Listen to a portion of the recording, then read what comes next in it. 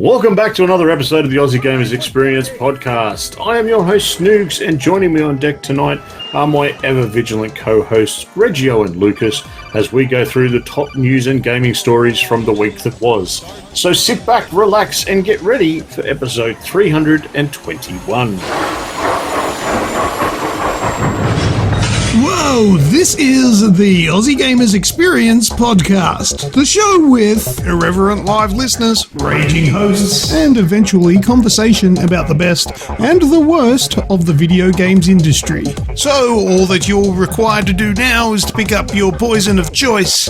Expect the best, but prepare for the worst, and above all, enjoy the show.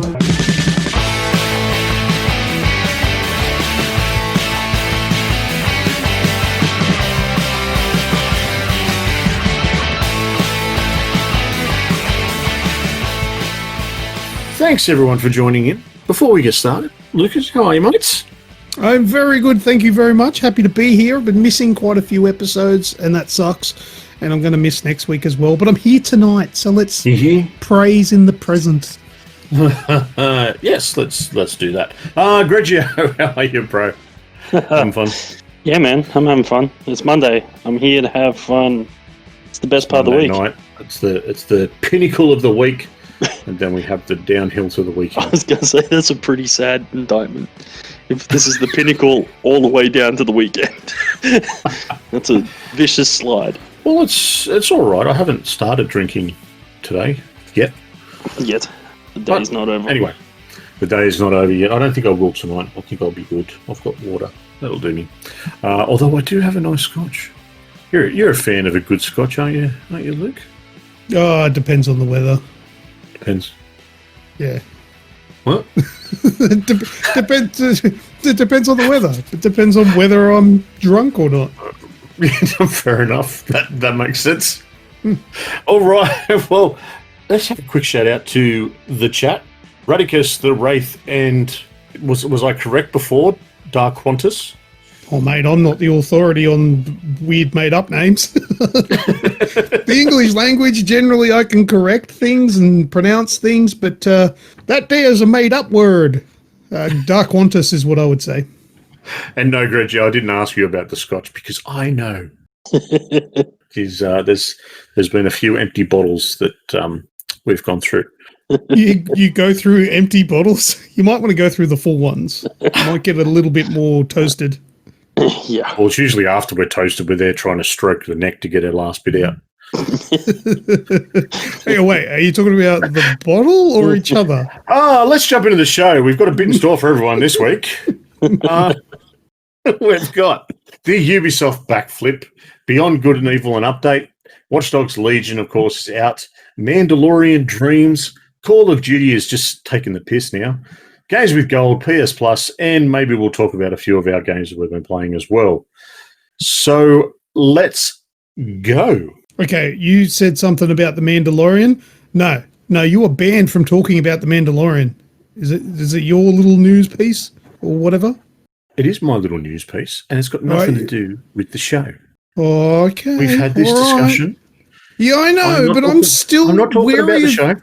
I'm still wary of I'm not talking about the show. I'm not talking about the damn show. Since your really bad spoiler that was incident, not a spoiler. You know what? That was not a spoiler. That was helpful information. Okay, all right. Well, I'm going to put this to the chat. All right. If you're watching a TV show and somebody says to you these words, don't get too comfortable with the main character because he got fired and they replaced him. Does that not maybe spoil what might happen to that main character? I just know what happened to him. No, but you still gave the information that led to the fact that in the last episode of that season, he got shot to shit and fucking killed. Well, he got fired. You spoiled that. That's a spoiler. If anyone agrees with me, pop it in the chat, and I'm happy to gloat about it even more, about Snoogs being a big, dirty spoiler. And that's why I'm worried about him talking about The Mandalorian, because the new series has just started. And I've apologised. The first episode is out. I am not talking about the first episode. I promise you. Okay. All right. Okay. I trust you, but I will bring this up again and again and again. Oh, and again, and I've apologised about it again and again and again because I was not thinking. Even if we I thought I was giving information. Like to bring them up. You were both talking then. I got no idea what either of you said. Sorry, we know. Oh, okay. Because we said it. All right. Well, I'll isolate both of yous and split them apart, so then we can. People listening will be able to hear it later. Because I was not thinking. I thought I was giving information. Even if we aren't talking about spoilers, he just likes to bring them up. All right. No, this week in gaming this week because I was talking about it before and forgot. So let's just go to games that we're currently playing, shall we? Hey, wait. I'll give you a This Week in Gaming. I'll give you one. Okay, what do you got? Go for it. Call of Duty. Let's go with Advanced Warfare was released roughly this week, whenever it was. They were all released in November every single year, so I'm sure I'm pretty close to that without actually doing any research. Advanced Warfare was that 18 or 17? It was the year. It was the year I bought an Xbox One because I bought the Advanced Warfare Edition Xbox. So what year was that then? You'd probably have the best idea. Let me think. It was a year after I bought one a year after the console generation started. So what? 2014? Is it that old? Is that the one with Kevin Spacey's? Are we allowed to say his name, or is he strucken from the record as a human? No. I'm pretty sure it's the one with Kevin Spacey, and it's the one where you had multiple endings that you could play through. Right. Did any of them result in Kevin Spacey's getting arrested for being a... Never mind. No. No, but there was one where you if you did everything right, you kind of you saved the world, but there was an ending where pretty much China just overran America and destroyed everything. Okay. The Wraith. I don't know why I'm reading out Wraith's comments, but he says, say his name 3 times and you'll be fingered.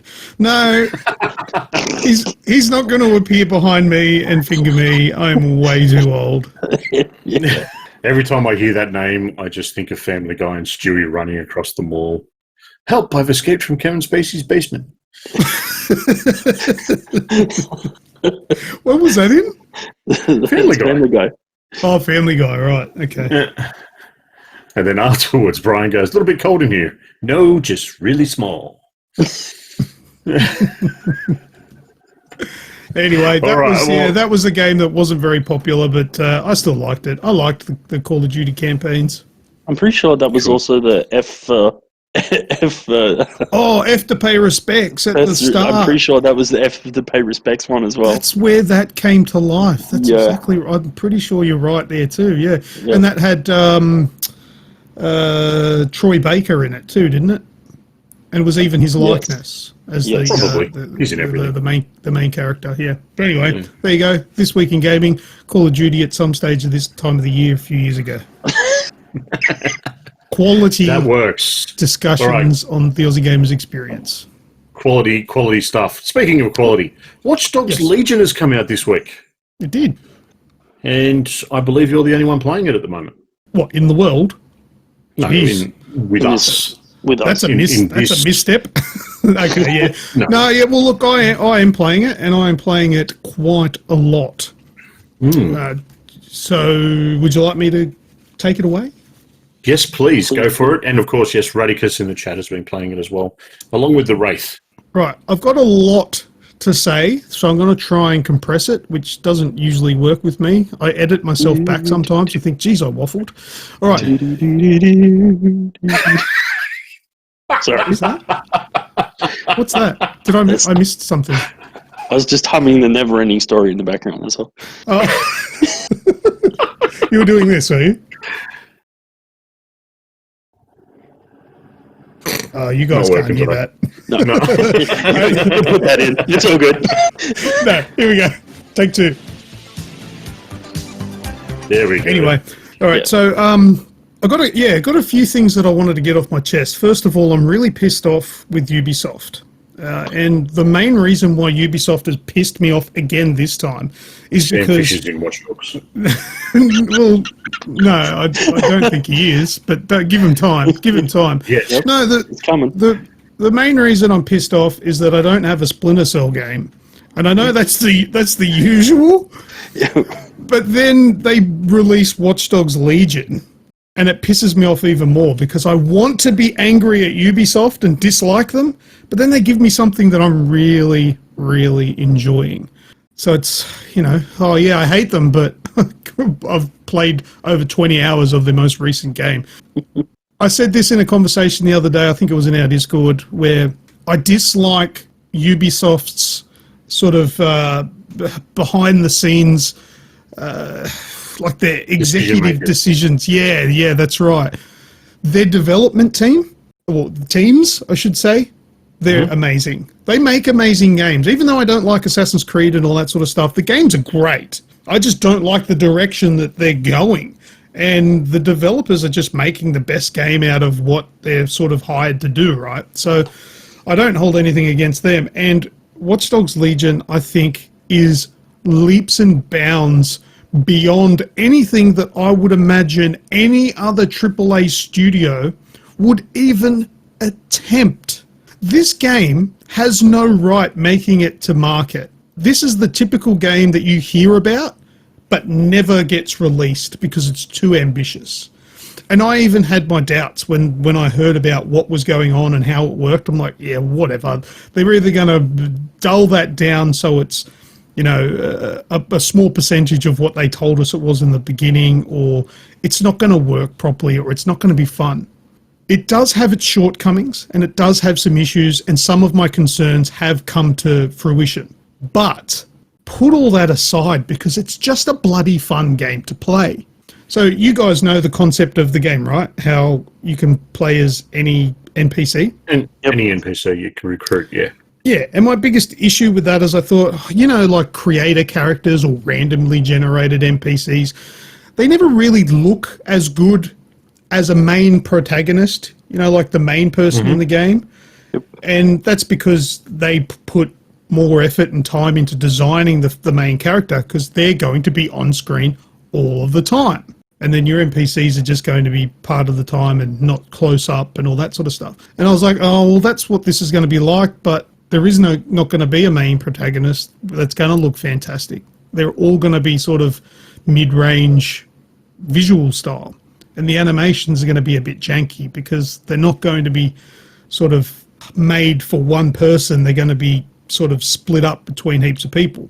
Those are slight issues, but they're not really the game's still very fun to play and it looks great, but it's just mind-blowing that they got it to work. And I think the easy way out for this game would have been silent protagonist, like Fallout or something like that, where your main character doesn't talk. Or Division does that too, doesn't it? They don't talk in that. They don't talk. Yeah. And I think that would have been an easy way out, because they don't know what character you're going to be playing as at any given time. There is no point, except for the introduction mission, so when you first start, you're forced to play as a character. After that's played, there is no point throughout the rest of the game that says you have to use this person for this, because it's scripted with that person. None of that. You play whoever you want, whenever you want, for as long or short as you want. And that, I think, would have been the most daunting thing, because they had to record all of the lines for all of the different variants, like the exact same lines, but from... Now, granted, there might be hundreds of thousands of playable characters in the game. There's not hundreds and thousands of different voice takes. But there's enough that with your small amount that you've recruited, I've got about 10, 15, I haven't really counted them, but there's enough that I haven't noticed the same voice. I have noticed the same looking characters around the place, but the voices of all of my recruits, or operatives, I think they're called, they're all unique. And I actually died in one mission and then had to start it again, but because that guy was dead, I had to play with someone else, but it was the exact same lines recorded by a different voice. And it was pretty interesting. Radicus has said permadeath. No, there is a permadeath mode, but I'm not running the permadeath mode. But that doesn't necessarily mean that your characters won't die and disappear forever. Permadeath mode just means that if you lose all of your operatives, so if you got 10 and you die 10 times, the game is over. I don't know what happens if you lose all of them without permadeath on. I assume they'll just give you a random NPC to play as. But yeah, I'm not running on permadeath mode, but there are some characters that have attributes that say has a death wish. So if they've got a death wish, then that means they will not get arrested. If you die, they're dead. Whereas if you've just got like a normal character, when you die, you're actually being arrested. And then you can't play with them again for a while until they get bailed out. But then, without going into it too much, if you have a barrister or a police officer on your team, they will get out of jail a lot faster. If you have a paramedic or a nurse or a doctor on your team, if someone's injured and can't be used, they will be back to full health faster because, you know, they'll call in the doctor to heal them, so they'll be playable again a lot faster. All of these concepts are just mind-blowing. Okay, maybe those ones that I've mentioned may be a little bit simple, but the way even the simplicity of it is part of, you know, that's something that you'd think as being a logical thing, but not something you'd experience in a video game. It's you know, if I'm mates with a barrister, we've got a barrister on the inside, well, we'll be able to get out quicker. Yeah, that actually kind of works. Yeah. Yeah, and then it comes down to uniformed people, so people that are part of an organisation. If you need to go into a hospital, you need to go behind where you shouldn't be. If you've got a paramedic, they put on their paramedic uniform and they just walk in. There's like laser sensors that if you're just a regular Joe, they're red. If you go through them, alarms go off and everyone comes and gets you. But if you're uniformed, act like you belong, those lasers turn blue and you're allowed to walk through them. So that's just a level of defense that you don't have to work around. You don't have to climb over a fence, or you don't have to find the switch to turn off the lasers, or, you know, anything like that. There is just so much depth to it. It's absolutely amazing. Just all the voice dialogue, how it's re-recorded. It's funny. There's dark, gritty stuff that's going on in the underbelly that you can stumble across. There's heaps of side missions, and the side missions aren't just rando rubbish that's boring. They have a lot of story being given to you through side missions. There's like little games and things that you can do, and those things will help you recruit people. If you want to recruit a person to DedSec, but they hate DedSec, then hack their biography, find out why they hate DedSec or what you can do to make them like DedSec. Go and do that, then come back to them and ask them to join. It's just stuff like that, where even just recruiting somebody is like a bit of story about that person as well. You know, I could go on forever talking about it because it's very in-depth and it's very fun and it's all up in my head because I'm just absorbing it, and it's just really good fun. But it's not all fun and games. It's rough as guts. it needs some heavy patching real quickly, please. So the game's crashed for me probably no less than maybe 30 times in my 20-odd hours of playing it. Okay. I think I may have stumbled across what the issue is, and I think it's ray tracing with DirectX 12. I was trying to do one of the final sequences of the game today, and the game kept crashing mid-boss battle. And it was doing my head in because every time I did it, I came back to the beginning of the boss fight. I did a quick Google search and somebody mentioned something about DirectX 12 being quite buggy. So I turned ray tracing off, and I haven't crashed since. So I'm thinking that might be an issue there. Radicus thinks he's been cluey down there, so maybe you should run on a console. But on Xbox, there's been some crippling bugs on that one too, making the systems overheat and switch off, I think. Yes. So, yeah, you console, if you're a console pleb, Radicus, you keep going over there if you like. But there's issues. There's issues. But for the majority of it, I've been okay. You run on PS4? All right, well, you enjoy your 900p. So that's the game. Have you got any questions about it? Because I don't want to rattle off too much that you guys might not be interested in. Anything you No, well, we got there's another bug with the save games that Rathy's encountered as well, which isn't just him, where he's lost 10 hours.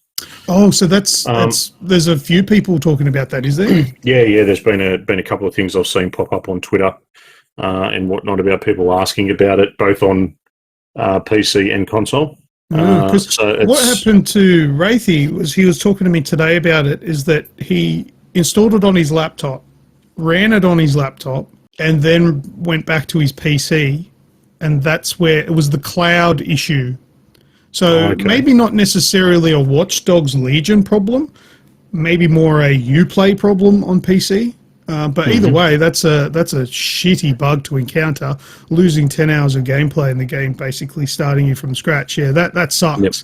And that needs to get fixed. But that's a problem that we get with a lot of games. I personally haven't encountered anything like that. I also tried to replicate it. I backed up my save game file. I installed it on my laptop, ran it, closed it down, went back to my PC, went in there, nothing happened. So it's a sporadic thing, could be just all the stars align sort of thing, and then it dies. So it's not going to happen to everyone, but yeah, that sucks. Tell me about the ray tracing, because I've seen positives. I've seen your video on YouTube about it. I've seen positives in regards to the ray tracing. I've also seen some very bad negatives in regards to how it was causing people to run. Obviously, I think people are trying to run it on 2060s with the ray tracing turned up to ultra, which that's just not going to happen. No, that's not going to happen at all. Now, to put it into perspective, for those who don't know, I'm sure there's not many of you now, I'm running on a RTX 3080, so one of the highest, most powerful cards you could get. With ray tracing turned on to ultra, and everything else on ultra settings for that matter, I get about 60 frames at 1440p. So I could get higher frames on 1080, but I run at 1440p. So if you're thinking your 2060 is going to run it decent at those settings, you've got another thinking. It's, the ray tracing. Now, this Legion has some of the best ray tracing that I've seen to date. But that's not saying a lot, because I haven't had the 3080 for very long. I have played other ray tracing games a little bit just to test it out, and I haven't really thought much of it. However, Legion is pretty impressive. The roads are almost always wet because you're in London and it rains a lot, and there's a lot of reflections going on in the puddles. But there's also a lot of glass with the storefronts and the buildings, and they all reflect brilliant reflections, right?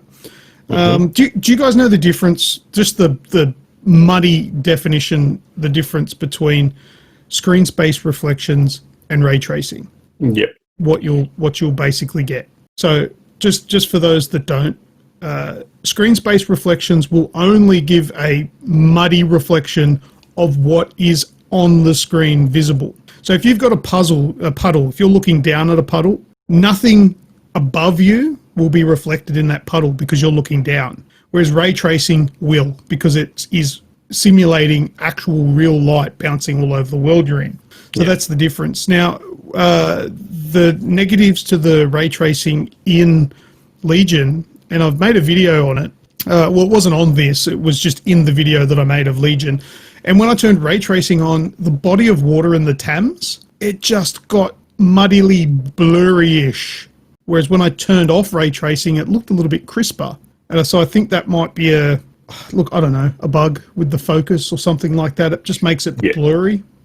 And I thought it just wasn't as good. But everything else in the game looks amazing. The reflections on the cars, like the paint jobs, the smooth paint jobs, the windows, even paintings on the wall, because they've got a glass on front of the picture that all reflects. Everything reflects. It's It's a gorgeous game.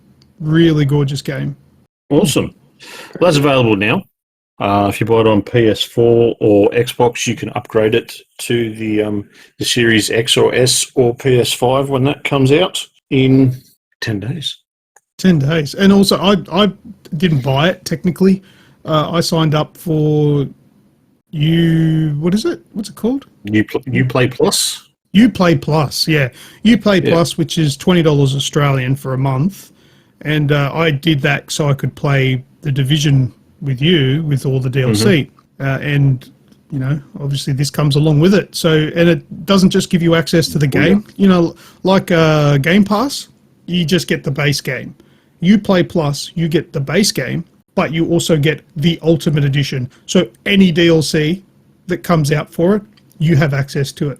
And I guess that's a trade-off because, well, two reasons. It's more expensive than Game Pass, and there's not as many games on Uplay Plus. But you will get every game that comes out from Ubisoft and all DLC for $20 a month. And, it, you know, obviously cancel anytime. Awesome. Well, over to me. I actually fired up the console this week. Ooh, did it cough? Fired up. It was the One S that I fired up, and it didn't just cough; it spattered. Yeah, and it cried a little bit. But you know, I use it to watch Disney and Amazon, so it gets a little bit of a run every now and again. But this week, I decided to finally get into Jedi Fallen Order. Yeah, get used to the ants' nest maps. I completely understand where you're coming from. Yeah. There was a couple of times when I did get frustrated with the way the map was laid out because there was a lot of twists and turns. The map that the robot gives you is quite. It's not very clear. I wouldn't go as far as saying it's. I was going to say the word is shit. The word you're looking for is shit. Yeah, it's pretty poor. But I just really wanted to focus on the fact that I had to turn it off, and I had to because I could not stand the dips in frame rate and the drops in resolution that the 1S was putting out. My PC Master Race boy. It was I just sort of I went, and it was just one of those nights where I'm sitting on the couch, I'm just enjoying myself. I'll play something out here, you know. The kids went to bed, my wife went to bed early. I was comfortable, so I thought I'll just stay here and play something. So I fired it up, started playing it, and I was probably there for about 2 hours, and that was to the point where I went, all right, that's enough. My eyes got sore, they got tired, and it was just getting frustrating. Just the lack of consistency. Like you'd get halfway through a fight, and it would judder to the point where you'd take a hit because you just missed this whole section that you couldn't parry properly against, and it was really bad. It was running really, really badly on the 1S. Well, look, in the defense of the Xbox One S, it was designed to play Peggle. Yeah, it plays Peggle really good. It plays Peggle really well. I've never really complained about the 1S and, you know, the way the games run, because, you know, I've played The Division on it. I've played Battlefield, Call of Duty. You know, I played all that sort of stuff running on it and playing it on the TV, and never really had a problem with it until this game. And I think because this was, you know, that third person, like, well, what do you call it, a hack and slash type thing. Once you've got the lightsaber out, where you've actually got to parry attacks when you get up close to them, and it just. I found it to be really lacking, unfortunately. The game itself, though, apart from the map and the running around in circles, I like the story so far. I am a Star Wars nerd, so I'll put that out there. The game's fantastic, exactly like you said, except for those couple of things. The game's great. Yeah. The game itself is great. So I've removed the disc from my 1S, and I brought it here and put it in the 1X that I've got sitting in my office. And that's where I'll finish it, I think. Yeah, good move. And put it on performance mode. Yes. Because even in the resolution mode, which is like the 4K, it's still choppy. I'm playing on a 1080 monitor. It'll go on performance mode. Yeah, beautiful. Ghost Runner, mate. Yeah, now, a little bit sad. It is in the wake of Legion now because I haven't played it since Legion came out. But I did play Ghost Runner for a good day before Legion came out. And for those that don't know, Ghost Runner is a... Someone said it was a mix between Mirror's Edge and something else. What was it? It was almost perfect. I can't remember what the other game was. But it's kind of like that, where you're running around, you wall run... but the key thing to it though is that it's a one-hit kill. Was it Super Hot? Maybe Super Meat Boy. No, definitely not. No, so basically it's a first person. You've got a sword, and you've got enemies throughout the level, and you've got to run around, and you can like go into slow motion mode. You're like augmented, so you've got all these abilities, and you need to nail every section. So there is no way to progress with a sloppy run. Even a terrible run that works is perfect, because if you get hit once, you're dead. But it's that kind of game where when you die, like you respawn like almost immediately. So there's no load time, so it's not frustrating in that sense. But it is frustrating because you will die a lot. And it's a lot of rinse and repeat. Do the same thing over and over again till you find... Well, no, don't do the same thing, because that's insanity. You keep repeating the section, trying different things until you find the way that works. Because, there might be one enemy here that shoots one round every 3 seconds. And then on the other side, there might be a guy that will shoot, like rapid fire for 3 seconds. So you've got to think, well, who do I need to take out first? Where should I go to avoid all the fire? And you've got to take them down with melees. So you've got to slice them with your samurai sword. And then once you've done that, you move on to the next area, so on and so forth. The graphics are amazing. It is a beautiful game. That one also has fancy ray tracing in it. Runs really well as well. I haven't had any game crashes or anything like that. It's actually a real well-polished game. I have a video up on YouTube of playing it.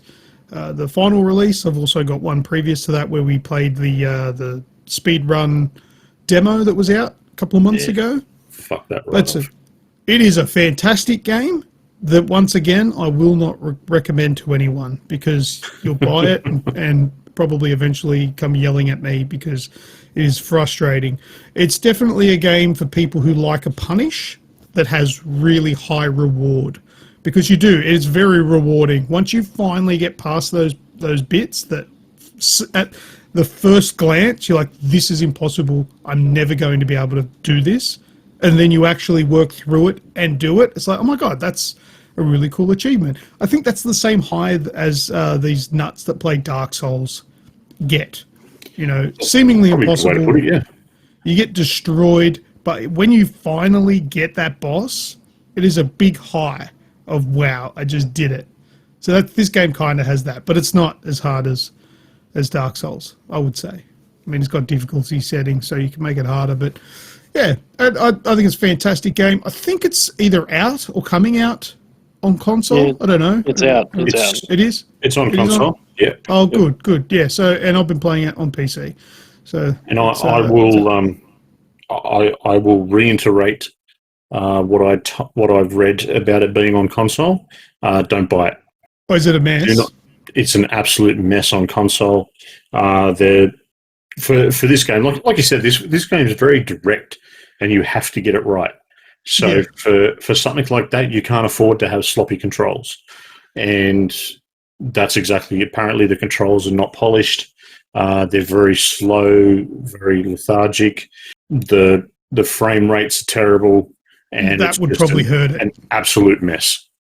Yeah, because inherently with low frame rates and possible V-syncing for the sake of saving tearing, you're going to introduce input lag. And that's not really a game where input lag is your friend. Not that it is in any game, but it is very fast-paced. Now, it probably would lend itself to keyboard and mouse really well, but I can't. It's too fast-paced for keyboard and mouse for me. I'm not good enough. But I use a controller on the PC, and I find it really good. But, if it's got lag issues on console, I could imagine that would suck. But on PC, it's great. Having said that, on console, it also has a guide portal that you can buy. What's a guide portal? Oh, what? A guide portal. So it's a portal. Skip parts?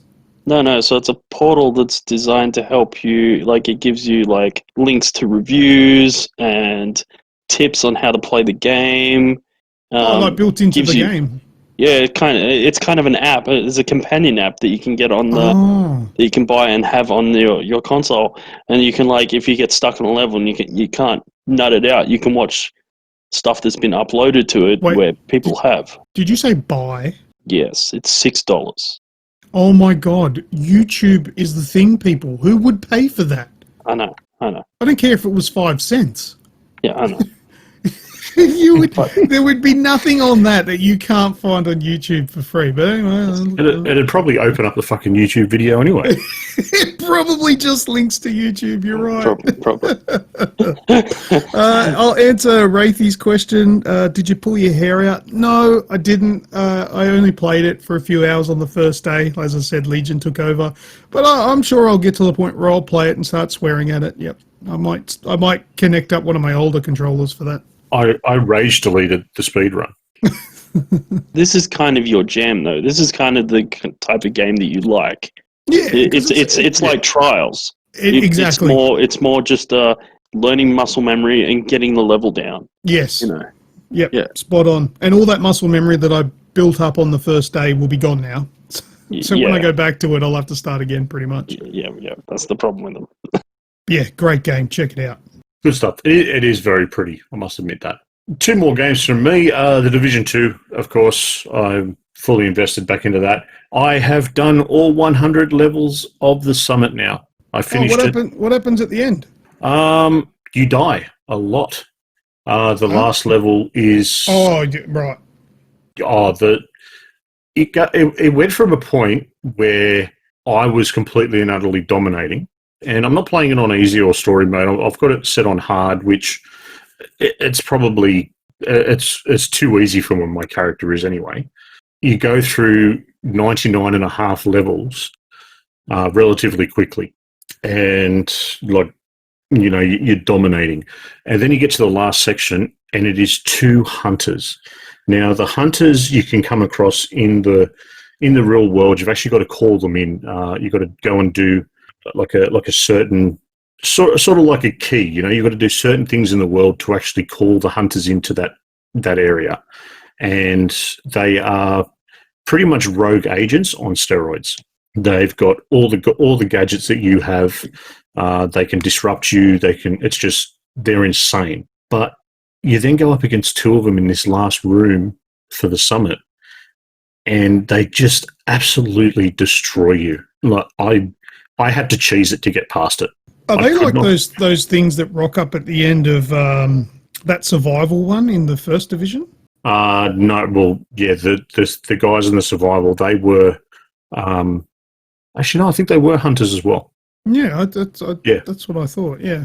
Yeah, but these things are insane compared to those ones. Like I had to. There's a section where you walk into this last room, which is where the 2 hunters spawn in.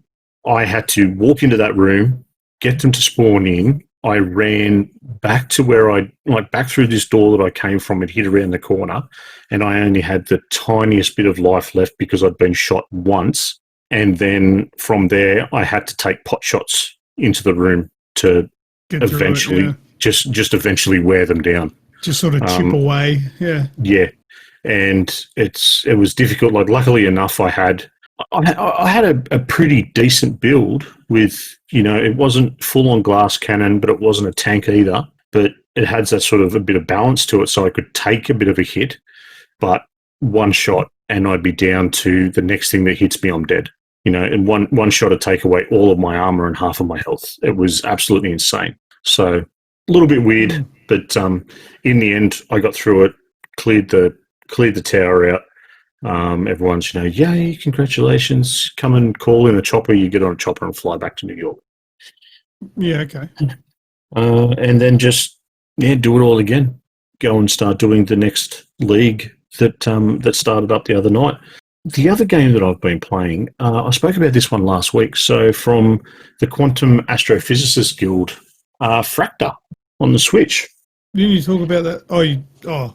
You're still playing it, is that what you're saying? Still playing it, yes. Yeah. Yeah, so I've been playing it this week. So it's still ticking along. I still think that if it's a game that looks like you might be interested in it, have a look at it. It's just a nice, easygoing with a bit of a puzzle sort of element to it, and I'm just plugging away. I've got the kids, like it's a game that I can sit there and the kids can watch me play it or whatever. There's nothing really bad about it. I'm just really enjoying that and hoping to get through it very soon, see what happens at the end. Any other things from yourself, Luke? Oh, actually, I did play, speaking of the Switch, you reminded me, it was a couple of weeks ago when I was away. And I tried the, what is it, Super Mario Brothers 3D, what do they call it? I don't know. On the Switch, we can get all three 3D All-Stars, I think it is. So it's Super Mario 64, Super Mario Sunshine, and Super Mario Galaxy. Okay. Now, I've played the hell out of 64 as a kid, but I never played Sunshine.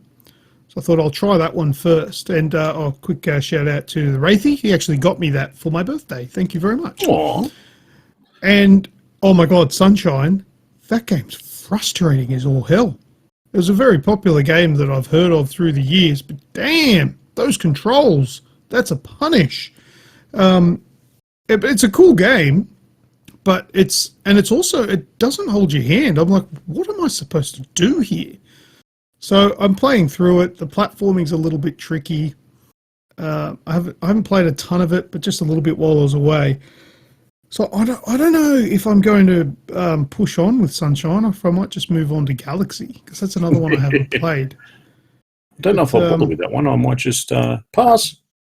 Well, I will. I'm going to persist a little bit more and see if I can sort of get a little bit of competency to play that game. But yeah, it was pretty tricky to start off with.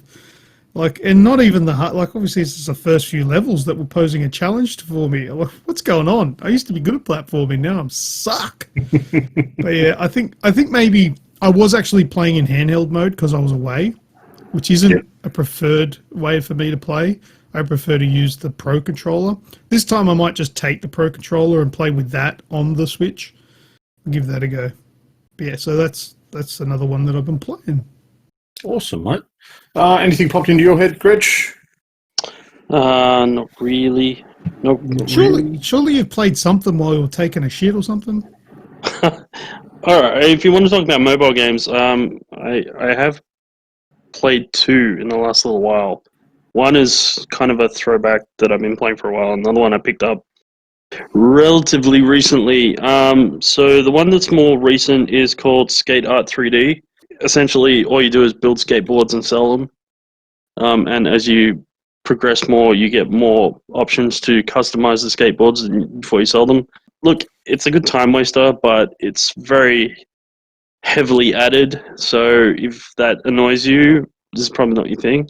The second one is Burnout Masters, which is, as it suggests, you do burnouts in cars. It's very Australian-centric. It's sort of based loosely on the actual Burnout Masters series. There's a championship of burnouts in Australia, for those that are not aware, and it's called the Burnout Masters. So it's very loosely based around that. So you can buy cars, customize them, build up their performance, and then you just do burnouts, win more money, rinse, repeat. You can buy some of the cars that actually compete in the championship for real money, but you don't have to. You can build your own. There's some really cool Australian cars in it. So there's HQ, there's VL Commodores, there's, you name it, it's there. EA, Falcons, all sorts of wonderful stuff. Awesome. And yeah, it's got real world motors you can swap out and stuff like that. So if you like the right up detail, your alley to getting a nitty gritty. Yeah, it is. Yeah. The graphics are sort of cel shaded kind of thing. So that's an interesting aesthetic, but it still works. You can still tell what everything is. It looks pretty cool. I'll put up some pictures in Discord of some of the cars I've built. So yeah, I think I've actually put them in the cars section, but I'll put a couple in the live chat. I downloaded the Big Brother game on my phone. Oh yeah. Yeah, it came out it's probably a month ago now. Okay. It's on my phone still. I haven't loaded it. I haven't tapped on it once. I'm like, why did I download this? I have absolutely no interest. It looks like a rip-off of The Sims, but I don't know. I haven't played it, but it exists. If anyone likes Big Brother, it's on your smartphone. Yeah, yay! I've been playing Best Fiends. Does that count? I don't know what that is. Yeah, it's. I think I know. It's a match game where you fight. So I don't know. It's just a match. Switch off your brain and match up colours, pretty much. Yep. Wow, for somebody that reviews games, that was because it's a mobile game. There's millions of people have downloaded it. It's called Best Fiends. Go and have a look if you want to. It's just have no idea what kind of game it is. You match up colours like Candy Crush. Ah, right. Because you said a match game. I'm thinking you light them on fire? No, that's what I was doing on the weekend. What? Huh? You match the colours up, and they fight they fight the bugs that are coming to take over. And these fiends are like little animals. Like there's some little bugs, and it's very cutesy. But kind of look. That sounds shit. Yeah. All right. It's just one of those switch off your brain while you're having a crap. Yeah, switch off your phone. All right. On to the news, shall we? Yes. All right. First bit of news. I'm going to get this out of the way because I actually put this news piece together for yourself, Lucas. Right. Even though we've had the discussion about spoilers and all that sort of jazz, there is no spoilers in this. Okay. This is The Mandalorian Conviction. Okay. What? This is The Mandalorian Conviction. It's a fully playable game based on both The Mandalorian and Splinter Cell Conviction, and was made in Dream's PS4. Right. So this is someone's gone along and they've had the model for The Mandalorian. Someone helped them create that, and then all these other people have thrown in to help create this game. I'm downloading after the show because I only set up not long before the show. I'd finished setting up my new area for my consoles and put power to it. But I'll be downloading Dreams to see if you can still play this, because being that it's Disney and that there's liable to have been a takedown notice by now. But you play as the Mandalorian, and it's got similar sort of gameplay to Splinter Cell, hence being called Mandalorian Conviction. I'm watching a video on it now. Okay, so you rescue Baby Yoda from the Imperial Remnant hideout in action stealth gameplay inspired by Conviction. Wow, it looks pretty good. It's pretty cool for something that was created by one person inside of a $50 video game. It's actually really well done. Do you want to add that link to the show notes, mate? Of what I've got, yeah, sure. Yes, sounds good. If I can get it, and if it's still live, I'll play through it and I'll record it so I can put something up on YouTube later. All right. How about some more Ubisoft news? From me? Ubisoft? Well, you? I'll do mine. I'll do my one first. Okay, go for it. Yes. So Ubisoft has come out and originally confirmed and then removed a post and details about some backwards compatibility issues with versions of PS4 games not working on the PS5. Now, these games that they had in their list was Assassin's Creed Syndicate, Assassin's Creed Chronicles Trilogy Pack, and then Chronicles India, China, and Russia. They were the side-scrolling versions, weren't they? Correct. Yes, all right. Also, Risk, Star Trek Bridge Crew, which is a VR title, Werewolves Within, and Space Junkies, which I believe is another VR title. These were confirmed in a Ubisoft post that they would not work on the PS5. Of course, depending on what post you read, it was they would not work on the PS5, or there was All of these Ubisoft titles are fully compatible on any Xbox series that you own. Just depends on whereabouts you read the news from. On the other side of the fence, Ubisoft have come back out and removed that post, removed the listing. Their response to it was, we've pulled the Ubisoft Connect article and forum post regarding backwards compatibility for the time being.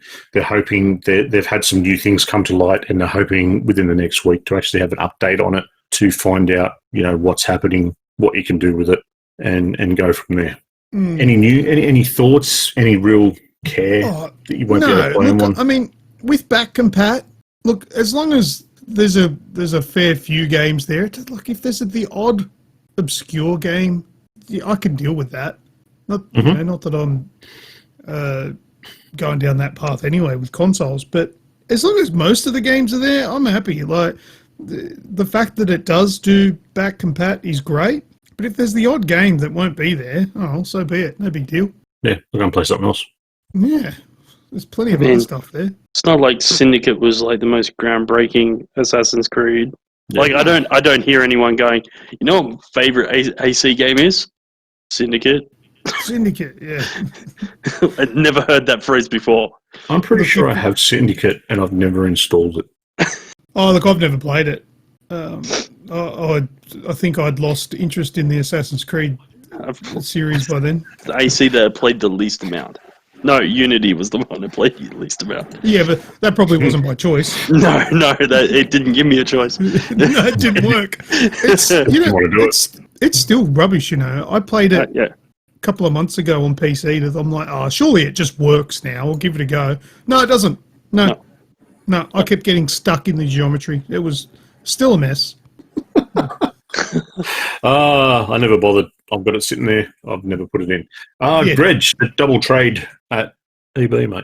Yeah, so EB has put out a thing saying that between November 3rd and 9th, so as of tomorrow till next Monday, so a whole week, when you go to trade in your current gen PS or Xbox for the next gen PS or Xbox, they will give you your double trade bonus on all the games that you chuck in along with. So, meaning that, and it all depends on your EB level, as I'm sure anyone that's got an EB card will know what the level is. It's got a little number on it. So if you're level 1, you'll get 10% of a bonus on top of your trade-in price, all the way up to level 5, which gives you 50%. But for that to work, you have to have a pre-order with them, obviously. Because they are not taking any more pre-orders on next-gen consoles, and they can't tell you when they're going to open them up again. Correct. So this is specific little PSA for those that already have, and by the time they hear this, if they're not listening right this second as we're recording, they'll have probably 24 hours to do so. So, hurry up. Do you know one of the things, though, right? If you went and you traded in your PS4 Pro for a PS5, it only cost you $450 for a PS5, which is, for someone that's had three or plus years of gaming on a PS4, to go and switch that out to the new console, that's a decent deal. But it was only on that first initial pre-order. There's all these little caveats that they put into it, and you can't tell what the next one is anyway. Yeah. Sweet. Luke. Yes. Beyond Good and Evil update. I wonder if you've got any more information than what I read today. Yeah, probably not. Beyond Good and Evil 2 was announced, I think like 3 years ago. I think it was E3 2017, where they showed off a very ambitious title where you could fly around everywhere outside of your ship, and then you could go inside your ship, and the graphics were amazing. And it was like a massive departure from what the previous game was like. But then we didn't hear anything for a very long time. I actually thought the game was shelved. I thought they'd forgotten about it and thought, yeah, look, too hard. We won't worry about this game anymore, and hopefully it'll disappear into the ether. But that's not the case. I've got some information here. It's from Game Informer, Link to the article will be in the description, and it says, Beyond Good and Evil 2 was finally announced after years of rumours during E3 2017, and while we've had a few additional looks at the game since then, it's been mostly quiet on the Ubisoft front. With the recent events, the game creator-director Michael Ansel leaving the games industry altogether for reasons that seem more complicated than what was first revealed. I think we made a suggestion that, wasn't it some sort of sexual harassment claims? Is that what that was? I'm pretty sure that was... there's been so many. Along those lines. Let's just say yes. Yeah, and he's just like, exit There's been stage so right. many. Yeah. Well, I hope it is, because if it's not, I don't want to say bad things like that about someone. I'm pretty sure that isn't the dude. And I remember I revelled in the fact that maybe he was the reason I wasn't getting Splinter Cell, and good riddance, new person might make it happen. Hasn't happened yet, though. They gave us... Oh no, we won't go into that. The future of the sequel doesn't seem as bright as many fans had hoped, because this bloke's legged it, because he likes touching things he shouldn't. During a recent earnings call, which also revealed a delay for Far Cry 6 and Rainbow Six Quarantine, there's an extra little bonus bit of news for you. Ubisoft CEO Yves Guillemot has assured investors that the game is not stuck in development hell and that it is progressing well. Was that more than what you had? No, I saw a title that was Beyond Good and Evil 2 is progressing well. Okay, so it's a little bit more. That's it. But yeah, so that was his comment. That was from Guillermo. And I mean, I guess I'm sure he wouldn't just make that up if it was sort of struggling, but or he could just be wanting to hold on to his investors. But who knows? The full article, as I said, link in the description. So if you are keen on it, now I've never played the previous Beyond Good and Evil. Like I've dabbled a little bit with it. It's a cool game, but it just was a little bit dated for me, so I didn't stick with it. But this game looked amazing in the videos that they showed us, and it wasn't even a teaser. It was like a massive gameplay section that they showed us. It looks great, so I'm keen. Well, remember the Ubisoft experience that we went down to in Sydney? Yeah, and there were people lining up like any time that they had the Beyond Good and Evil demo on, or like the video piece on. Yeah, it would just, you couldn't get near that part of the show. Like, it was just people cramming everywhere to go in and see it. So it's definitely wanted. Oh yeah, absolutely. But yeah, so that's a good little bit of information to know that it's still coming along. It might, who knows when it's going to come out, but at least you know it's not canned. That's a positive. It's more than I've got for the Splinter Cell. This is true. This is true. PC specifications have been released for Call of Duty, for the next Call of Duty, which is Black Ops Cold War. Is it the same as seen this? I'd imagine it'd be the same as Modern Warfare, because it'll be the same game, just new era. Just new era. That's probably a good way to put it, yeah. There's a few bits of information in regards to it. The big piece that I wanted to have a look at was just the sheer size of what Call of Duty is becoming. So, you mean the download size? Yes. Well, what you require for the hard drive. So whether there's certain unpacking and whatnot. There's been a lot of talk around the changes in compression ratios and whatnot about sort of next generation, so to speak, of gaming and how that will better affect your sizes that's required.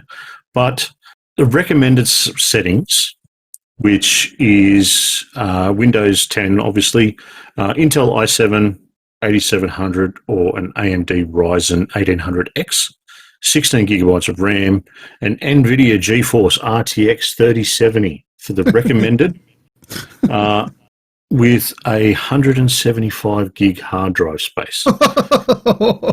Where is all this space? Like, what's taking up all of this space? I'll get to that. Oh, okay.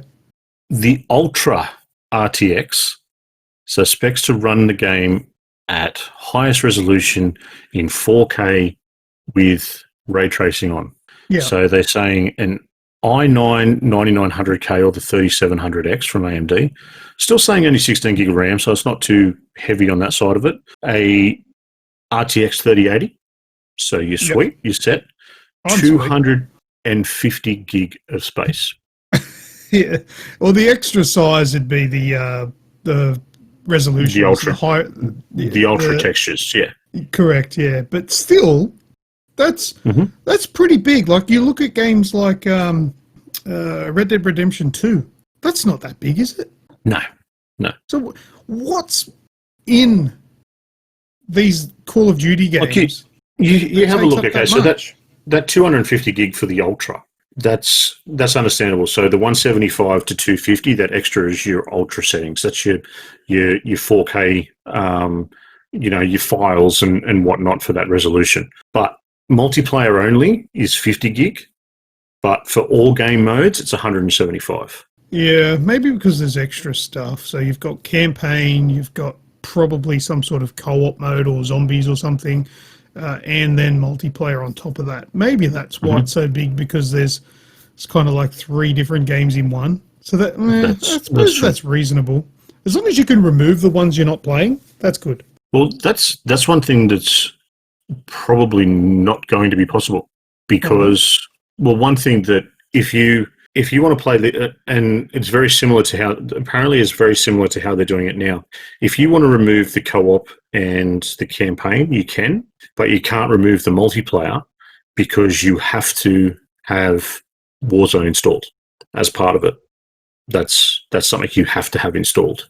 You can't say I'll just have the campaign levels, or I'll just have multiplayer. I don't want Warzone. Warzone has to be installed in it. And it's apparently going to be the same with however they integrate that into the next release. Yeah, well, it's times are changing when it's becoming a consideration as to whether or not you can fit it on your storage. And you think about it, like a 250 gig SSD. That's what's going to be what a lot of people have. I think my SSD I think is 240. Yeah, well, I mean, it'll still run on a hard drive, so if you've got a couple of terabytes there, it'll just load slower, that's all. Yeah, exactly. All right. Luke, PlayStation trophies. We haven't actually talked about this one yet. No, this happened quite a while ago, and I was curious. Like, when I was doing the editing for the podcast last week, I was like, I wonder if you guys mentioned this, and you didn't. And I thought, it might be something worth bringing up. Now, it's not something major that I'm really that interested in, but I think it's something that some people might have some takeaways from and may have some interest. But the PlayStation trophy system has changed. And whether it's a good thing or a bad thing, I suppose it just depends on the individual. But I've got a bit of an excerpt from the PlayStation blog, and I'll put the link in the description down below. But, all right, so there's new trophy levels. The first thing you'll notice is the big change to your trophy level. Now, this happens to everyone, so not just new or in the way you earn them. This will actually change your level. We're increasing the trophy level range from the current 1 to 100 to 1 to 999. So following this update, your trophy level will automatically be remapped to a new level within this new range based on the trophy that you've earned to date. For example, if your current trophy level is 12, your new level will jump to somewhere in the low 200s. The exact level will depend on the number of grades of trophies you've acquired. There will be no change to the trophies already earned or trophy information, such as unlock requirements. Is that confusing? Not I mean, it's not clear, but I don't think it's confusing. I think it's... Like, the mathematics behind it would be mind-boggling. Yeah. Okay, because it depends on how many bronze you've got, how many silver you've got, how many gold, how many platinums.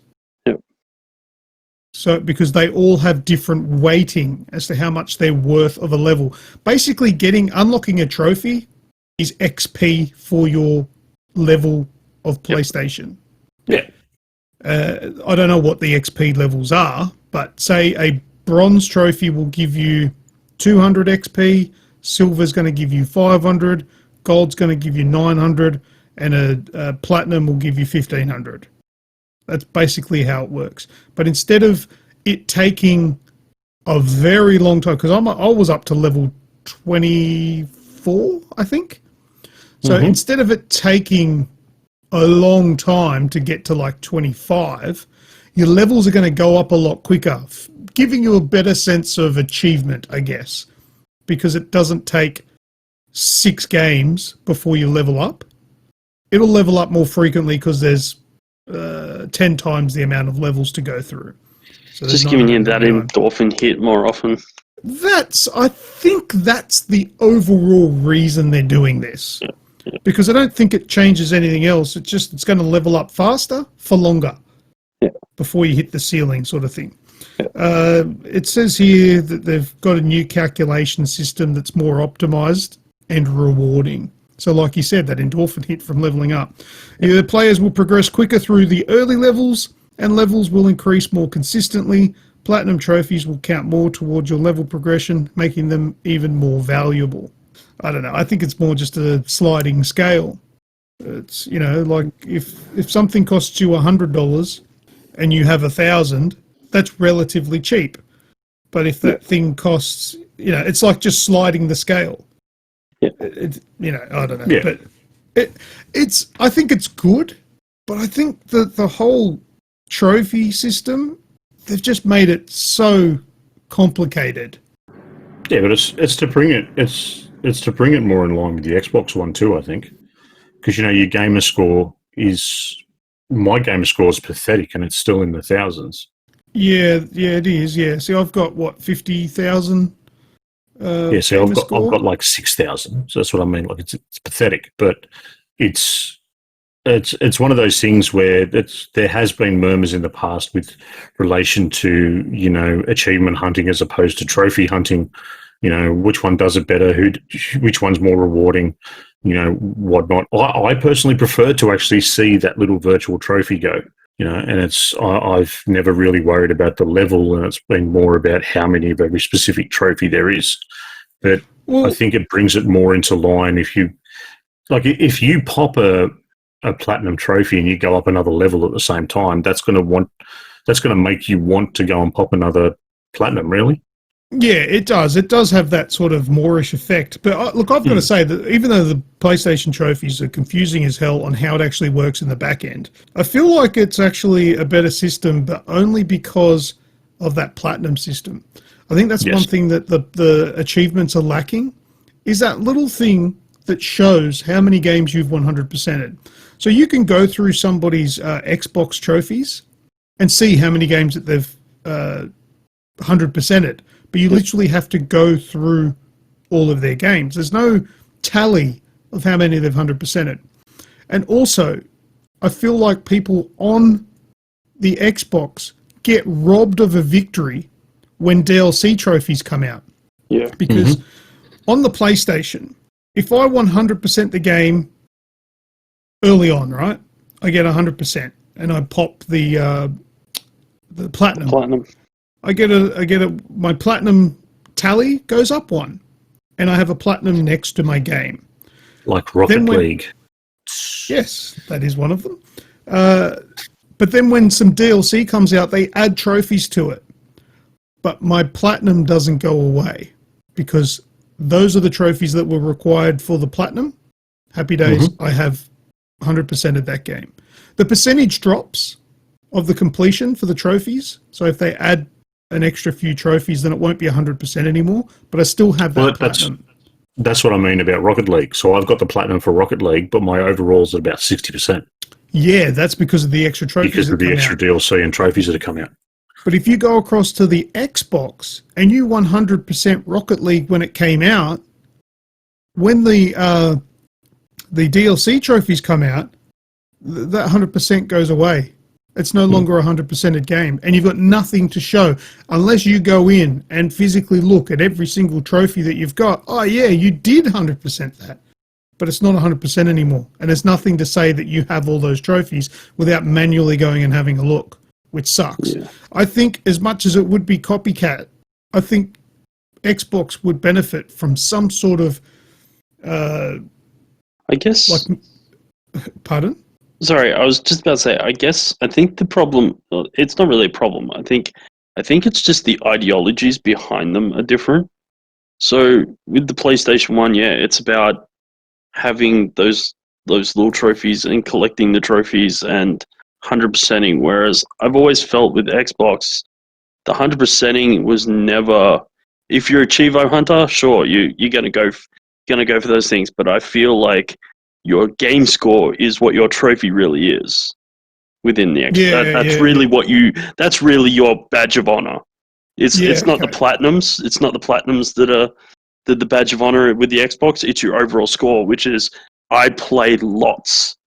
But that's the difference there. See, I could have the same score as you and never finish a game in my life, but I've played twice the amount of games as you. Yeah. I played the first level of 1,000 games where you finished 100. Yep. And we'd have the same score. I think like your way of looking at it, spot on. Like I agree with that. But then I also look at the other side of the thing and I say it's not really, your gamer score isn't really a tell of how you play.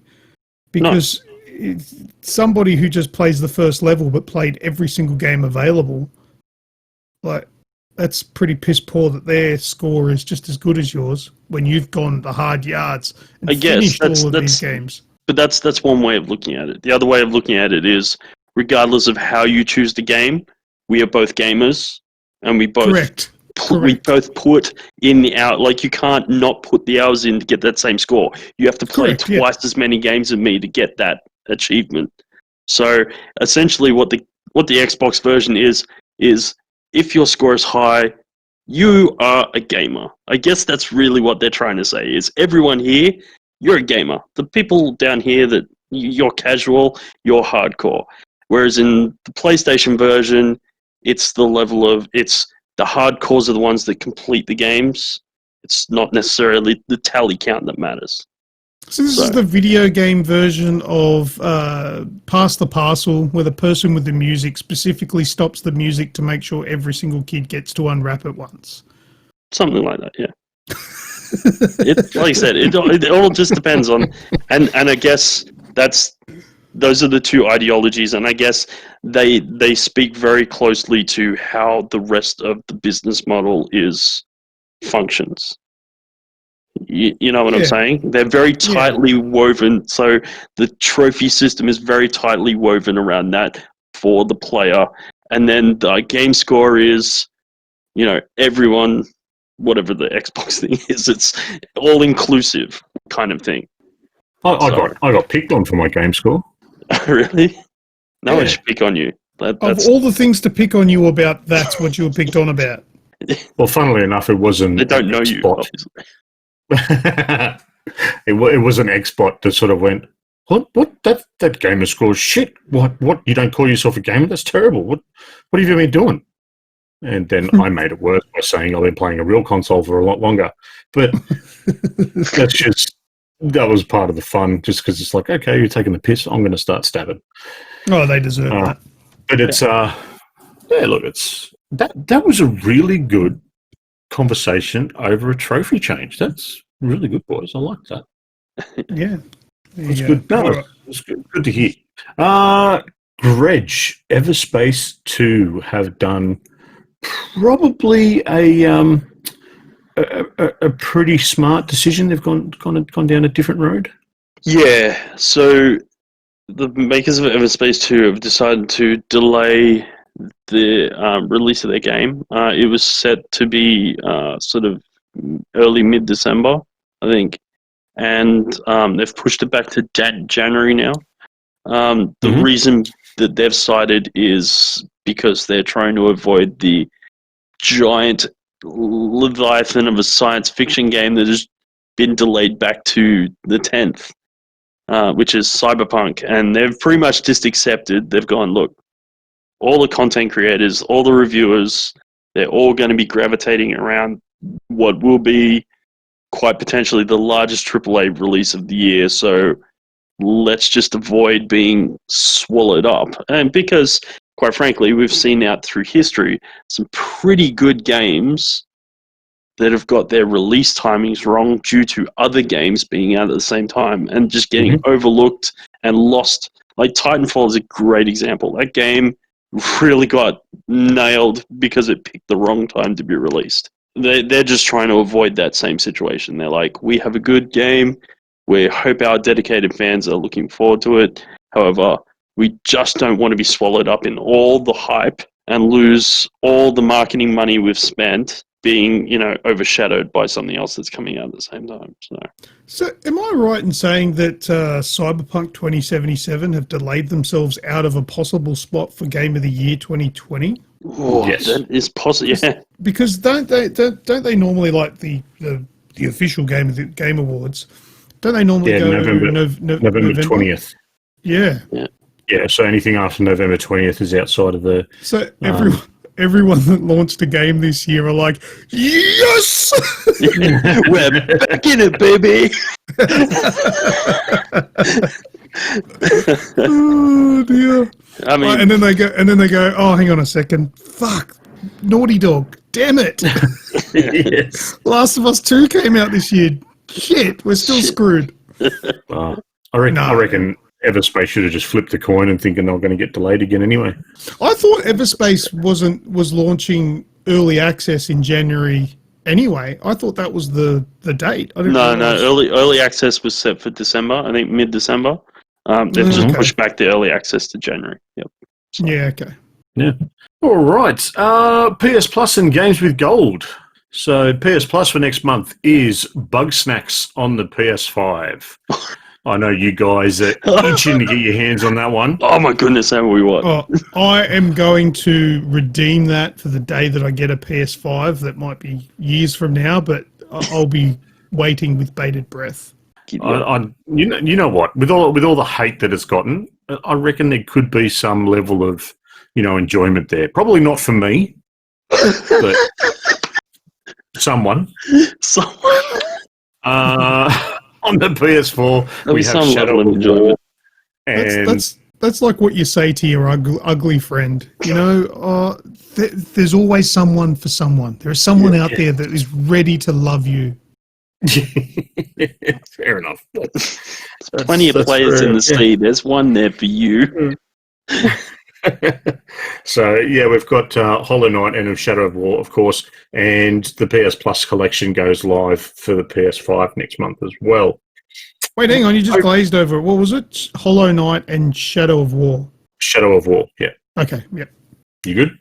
Yeah, I'm good. That's all. Do you have PS Plus anymore? Yeah, I do. Yeah. Oh, sweet. Yeah. I've been redeeming my games every month, but my PlayStation's packed away in the cupboard. So Games with Gold. We've got, if anyone would like to help me with Origami Shadow Edition. Yep. Swim Sanity. Yep. Full Spectrum Warrior, which is an original Xbox game. Yep. That's not what it's called. What's it called? No, is that really what it's called? Full Spectrum. Oh, no. It is called Full Spectrum Warrior, but I know where you're going with it. And Indiana Jones Lego. I'm not sure which one. I couldn't blow it up big enough. They're the games with gold. Leave it alone, Luke. Leave it alone. I'm not looking at the chat because Wraith's in there. Oh, I saw a news article where it was obviously a PlayStation fanboy news article. They're like, Xbox Game Pass has been dealt a massive blow, and they're losing games from Game Pass. And that was one of them, this Star Wars Lego or something like that. I'm like, oh yeah, everyone's going to be gutted on the Xbox that they're removing Star Wars Lego from Quite Game frankly, Pass. if you don't have a copy of that already, then you really need your head read. I actually think I've got a couple of different copies on different platforms. Exactly, so do I. Even if you are a massive buying fan, it again when the saga comes out. Yeah. Exactly. Yeah, that's it. I mean, even if you had to go and buy it, I mean, if you could maybe not have an afternoon coffee, you'll be able to afford it. Yeah. But yeah, it was like a bunch of games. Like that was the only game that I recognized from this list, and I'm like, oh, these games are being removed. No, The Fall from Grace. Are you serious? They remove games like all the time. I don't know what that's the thing. That's true. There has never been a promise that once it's on Game Pass, it's staying there. They revolve, and games that come back too. Yeah. I've lost count of the amount of times Fallout 4's been on there. But anyway, yeah. Just spin the wheel. It'll come back. Yep. Yes. All right. Last bit of news. Plate Station. So we've spoken about this a couple of weeks because it was quite a good bit of information. So Plate Station, which had to change their name to Customize My Plates, which is customizemyplates.com, has now been closed down. Oh, I was going to say, did they have to change it again because they got that one off the RTA? my plates. The website was up for a day, and they had to change it from platestation5.com because obviously PlayStation and PlayStation are very close together, and people were complaining about it, and Sony obviously complained about it. Then Sony lawyers have got in contact with us, and it was their opinion Sony's intellectual property extended to the faceplates, and that if we continue to sell and distribute them in any country, we would end up in court. This all came to light yesterday, and we are now cancelling and refunding all faceplate orders worldwide. We are extremely disappointed about this, but we have no other option. How did they get hold of the design so quick? I don't think they did. Or how are they making them? They were just taking pre-orders. There was nothing in there about them actually spooling up for manufacture so all the or pictures anything. were just photoshops or whatever. Yeah, it looks like it. So it's all been done due to trademark infringements, obviously. Oh, I'd imagine so. Yeah. Yeah. So Customize My Plates have said that they did their due diligence. Their opinion After they got in trouble. No, this is before. This is beforehand. But their opinion was Sony only had patents. They only had pending patents on the faceplates, so they tried to jump in. So Sony had already put the application in to have the faceplates patented, whatever, and patented. But don't worry. As soon as it launches, we'll be able to buy them from China for half the price of PlayStation anyway. Yeah, exactly. Oh yeah. That'll be on Wish.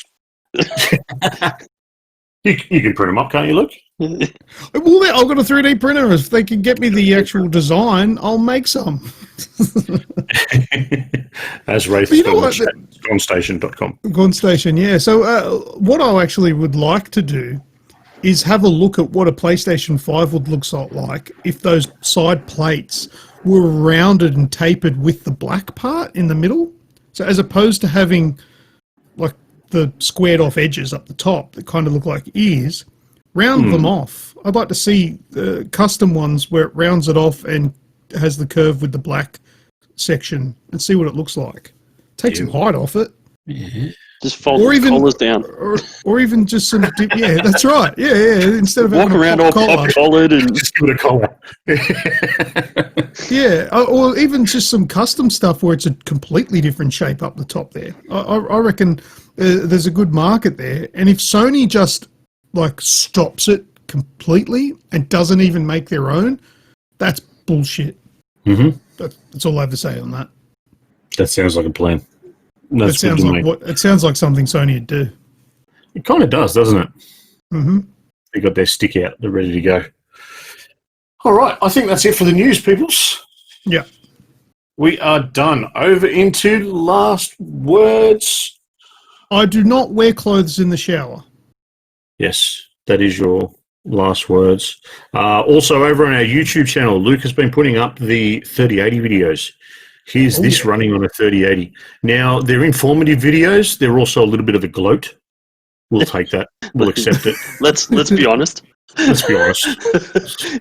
Yeah, he's just showing off what he's got. Good on him. What I'm doing is that I'm taking advantage of the fact that not many people have them. So people will be searching for 3080 content to see how games run on them because they can't do it yet because they haven't got one. You're filling a need.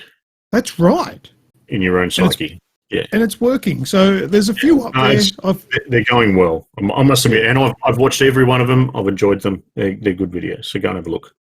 And I'll be definitely doing Cyberpunk when that comes out. Nice. A quick shout out to our live listeners.